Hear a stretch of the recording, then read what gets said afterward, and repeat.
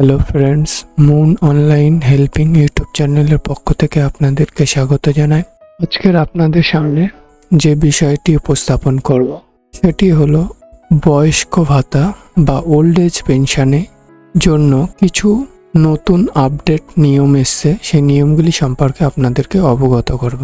আমরা জানি প্রতি বছর ওল্ড এজ পেনশনের জন্য রিনিউয়াল হয়, অর্থাৎ কাগজপত্র জমা নেওয়া হয়। সেই ব্যক্তিটি বেঁচে আছে কিনা সেটা জানার জন্যই কাগজপত্র জমা নেওয়া হয়। এবারে একটু নিয়মের কিছুটা পরিবর্তন হয়েছে।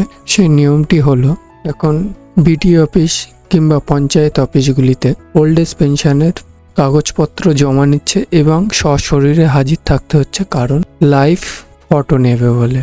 অর্থাৎ সেই ব্যক্তিটি বেঁচে আছে কিনা সেটা ডাইরেক্ট পোর্টালে আপনাকে ফটো তুলবে, সে ফটোটি লাইভ হবে, কারণ আপনার চোখের রেটিনা স্ক্যান করে তারপর ফটোটি উঠবে। আপনাদের নিকটবর্তী পঞ্চায়েত অফিসে যোগাযোগ করবেন, কারণ এই ওল্ড এজ পেনশনে যদি এই নিয়মগুলি পালন না করা হয় তাহলে তার ওল্ড এজ পেনশনটি বন্ধ হয়ে যেতে পারে। রিনিউয়ালের ক্ষেত্রে নিয়মটির পরিবর্তন হওয়ার ফলে ব্যক্তিটিকে সশরীরে হাজির হতে হচ্ছে। সেই ব্যক্তির কি ডকুমেন্ট লাগবে বলে দিই। যে ব্যক্তি ওল্ড এজ পেনশন পায় সেই ব্যক্তির Aadhaar card, voter card, PAN card থাকলে প্যান কার্ড নিয়ে যাবেন এবং ফটো 1 কপি লাগছে, ব্যাংকের পাসবইয়ের জেরক্স, এবং ব্যক্তিটিকে সশরীরে হাজির হতে হচ্ছে, কারণ লাইভ ফটো নেওয়া হচ্ছে। আপনার চোখের রেটিনা স্ক্যান হবে। স্ক্যান হওয়ার পরে আপনি যে জীবিত আছেন সেটার প্রুফ হিসাবে সাবমিট করা হবে পোর্টালে।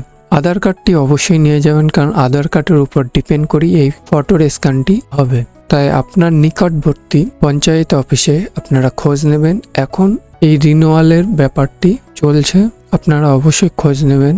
যদি এই রিনিউয়ালটি না করেন তাহলে আপনার ওল্ড এজ পেনশন বন্ধ হয়ে যাবে, কারণ এটার মূল উদ্দেশ্য হচ্ছে অর্থাৎ ব্যক্তিটি বেঁচে আছে কিনা সেটা দেখার জন্যই এই নিয়মটি করা। তো এবারে একটু নিয়মে চেঞ্জ হওয়ার ফলে ব্যক্তিটিকে সশরীরে হাজির হতে হবে। ভিডিওটি ভালো লাগলে অবশ্যই লাইক করবেন এবং এই ধরনের টিউটোরিয়াল ভিডিও পেতে চ্যানেলটি সাবস্ক্রাইব করে রাখবেন এবং পাশে থাকা বেল আইকনটি ক্লিক করুন।